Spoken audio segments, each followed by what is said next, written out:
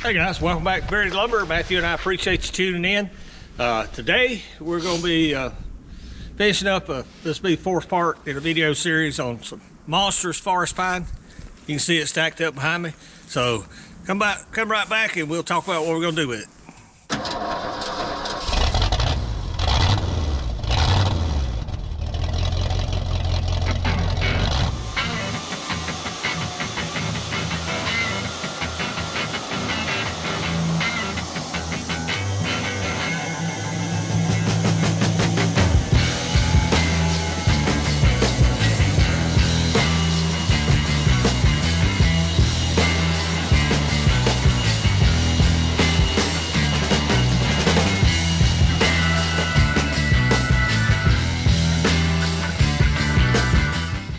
Okay guys, appreciate you hanging in there. Like I say, this is the fourth video in a monstrous forest pine we had a customer drop off. First one was cutting a 48-inch forest pine in half. The second one was trying to get it cut. And then the third video we went through and finished all the cutting. We cut two sizes, 4.5 and 6.5, and different lengths based on the length of the logs. Today we're gonna put it in the kiln. This is the next process. Get it in the kiln, hopefully 8-10 days we're going to get it back out, and then we're going to run it through a molder planer. We got some other stuff we're going to kiln dry over here. Get the cameraman to move. It was late in the day.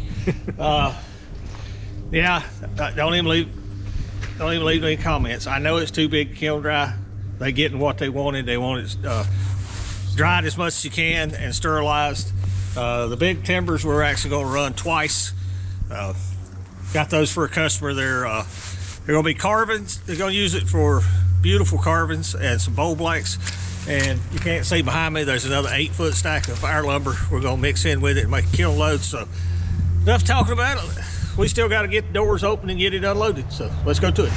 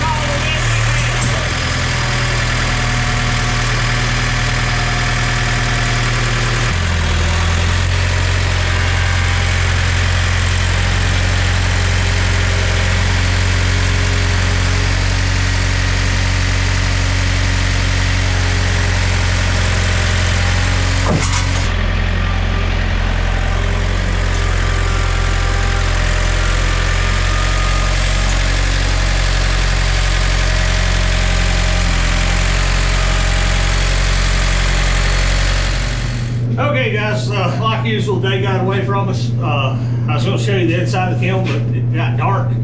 Got it all loaded up, got it started. Ended up 2,800 board feet in there. I was trying to keep it a little light, but that's the way life goes. But next time you see this will be when we take it out, so I'm going to try something.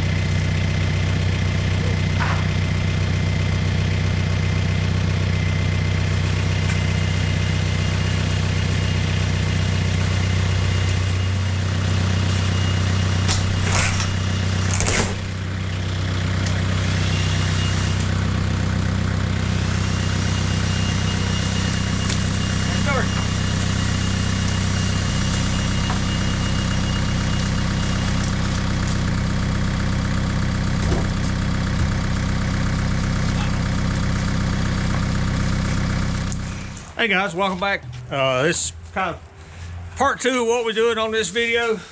This forest pine all went through the kiln and it's time for it to come out. So you can see all the blocking we got to force the air to go through the areas we want it to go through.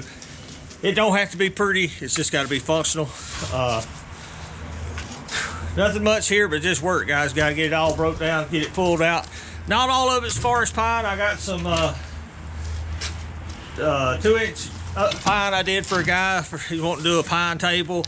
I think we put 1 bundle of our own wood in here, kind of fill the box up. Maybe 2, I'll have to see.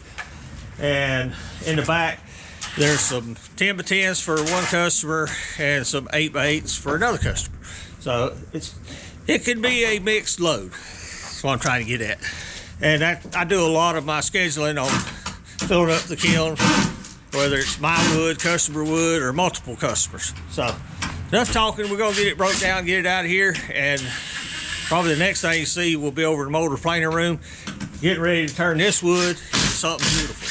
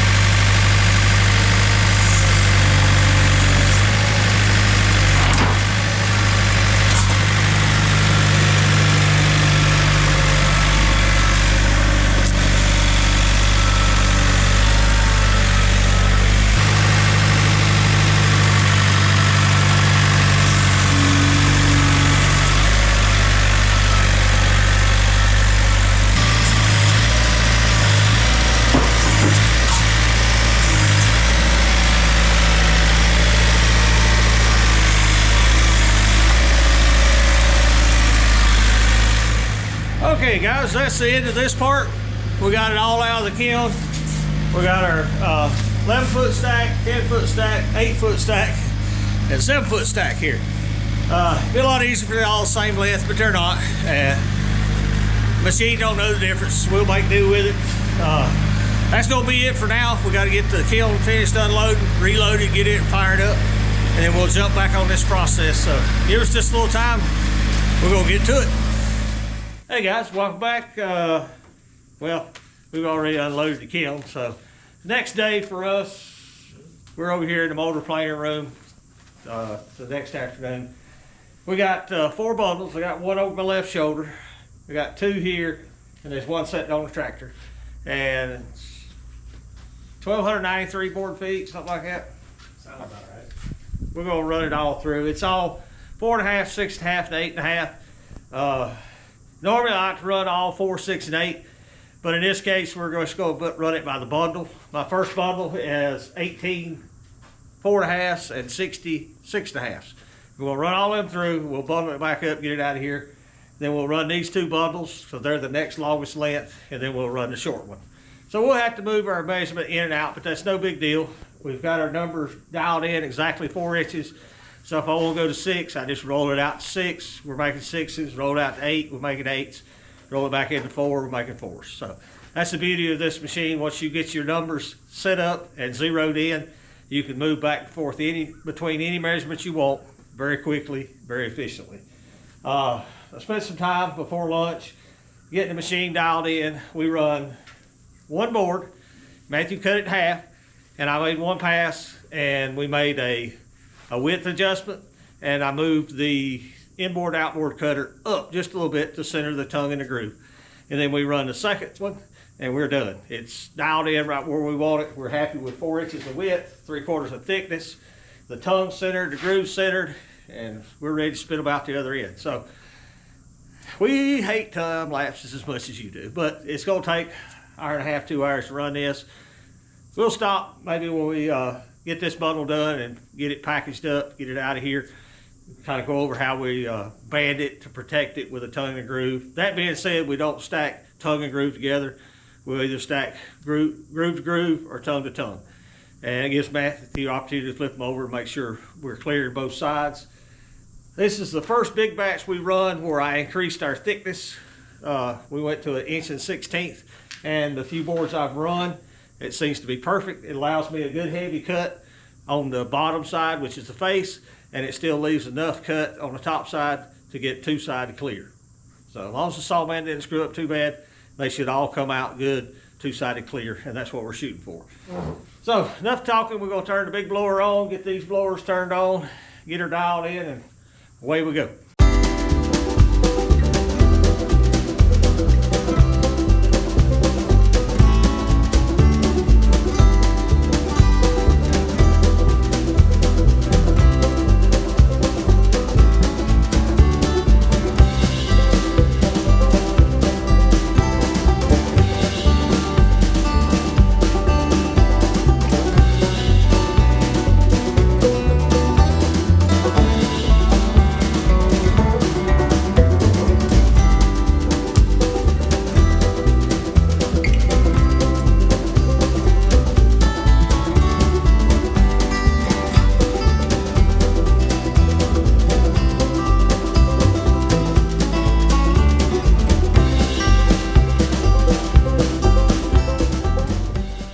Okay guys, that finished up our first bundle.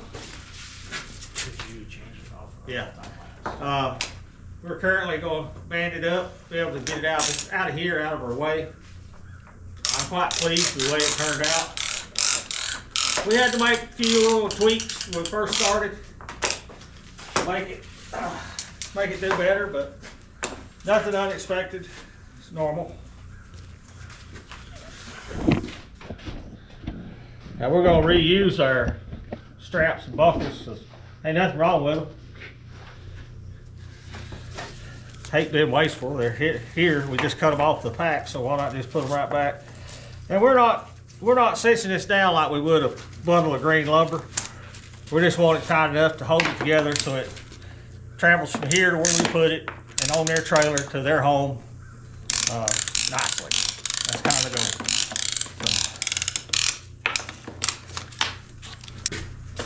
Okay guys, that's it on this one. I think it turned out great. Now this forest pine has a lot of sap in it. You can see the orange in these. Yeah, that's a lot of sap. It'll be a long time ever rotting with that much pine rosin in it, but I'm happy with it. I hope the customer's happy with it. Like I say, this is our first bundle of 11s. We're gonna probably work on this bundle right behind you. We got a few boards on the top that are shorter. We'll peel them off, then I need something to drink. Give me just a minute, we'll get back at it. Okay guys, so we got that first stack done. Had the customer come by, had a load of logs delivered. Always something. Now we're gonna run through this second one, knock it out real quick. The top 3 layers are a little bit shorter than the rest of it, so we're gonna run them back here, just step them to the side, and then we'll run the rest of it to the bottom. So let's make them go away.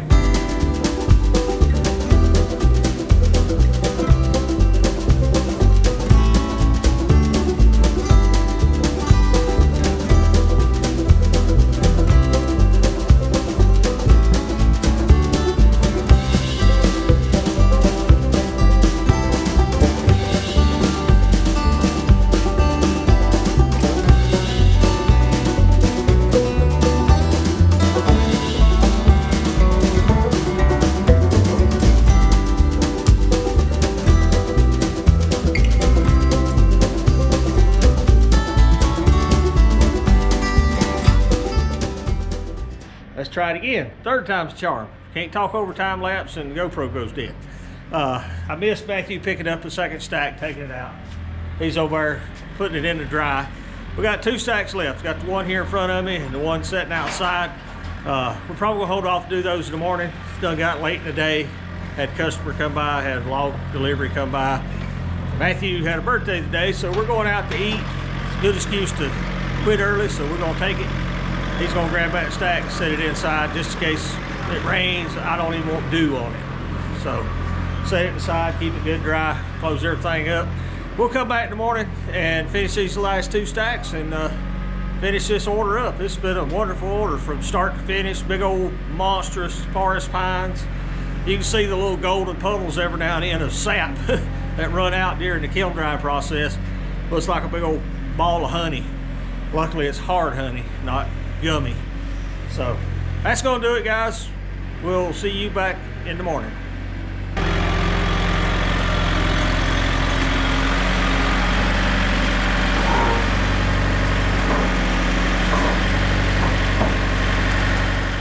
Good morning, guys. We're back at it. Got this stack and the other one sitting outside. We're going to try to run today. Something I was going to show you to extend blade life is this right here. Anytime this wood's been moved around, you see that? That's dirt.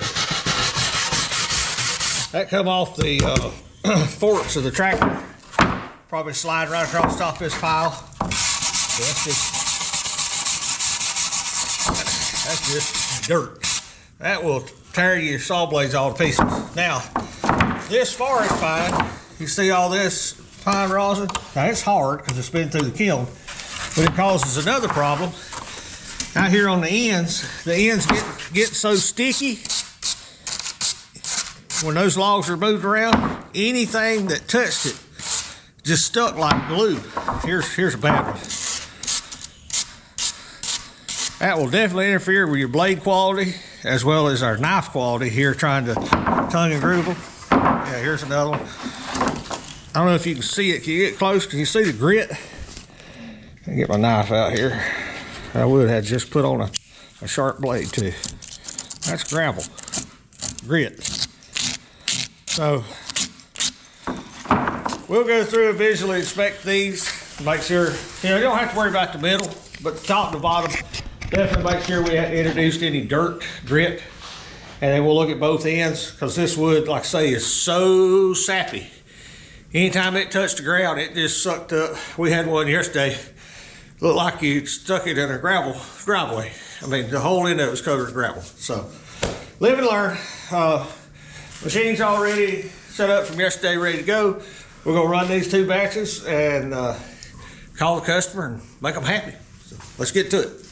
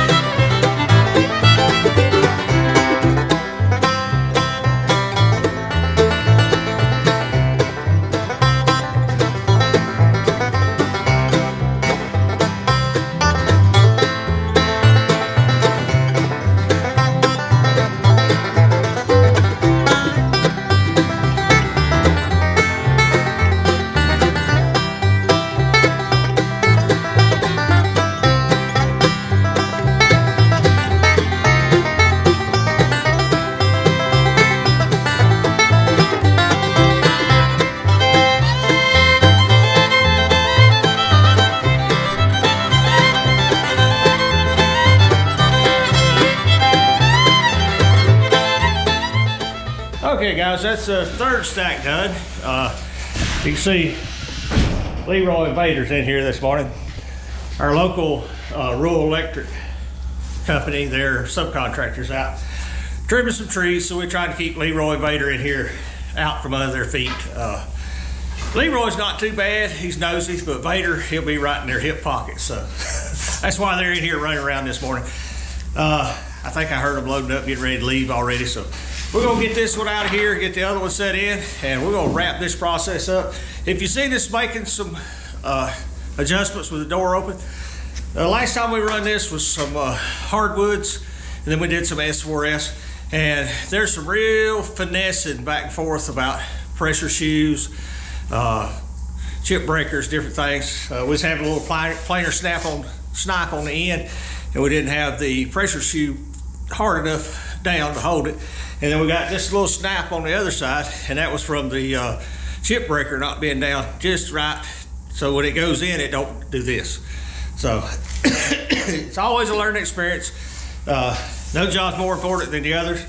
I'm feeding, picking the good side, bad side, trying to run the best side the way I want to. And Matthew, he's checking every board to make sure the tongue's good, groove's good, no planer snipe, no streaks in the finish. There's a lot going on here, more than just catching boards. So there's a lot to keep up with. Enough talking, let's move these out. We'll move on to the next one.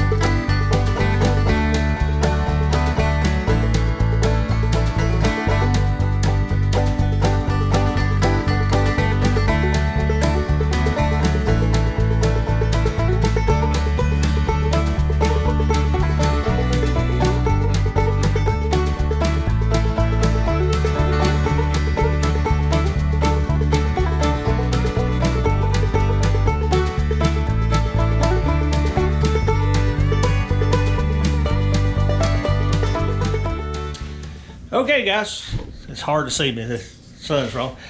That's it, we finished up the last stack. Hope you enjoyed that. Now, we got a couple things to do, a little bit of housekeeping. This stuff was extremely gummy. I mean, even after kiln drying, there's a lot of sap in it. Matthew's doing a little housekeeping, cleaning up. We're gonna spray that thing down with wax lit so that it's ready to go the next time we use it. On the molder planer, guys, if you buy one of these machines, whether it's a Wood-Mizer, Woodmaster, a Weinig, any other brand, they are not plug and play, set it up, forget it. It's a constant watching. I'm gauging every board as it's going in, looking for the bow, looking for the good side, looking for the bad side, and flipping and running it accordingly. And Matthew's on the other end working himself, checking tongue, checking groove, checking for any kind of imperfection in the finish. If you've seen that last run, we had to stop. We'd gotten a little nick in one of the blades on the outfeed bottom cutter, and it was leaving a little crown. So we took it off, micro honed it, took that right out of it. That's the kind of product we're wanting to produce. I don't want to put it, somebody put it on their wall and say, oh, that looks like crap. So we're trying to produce the best product we can.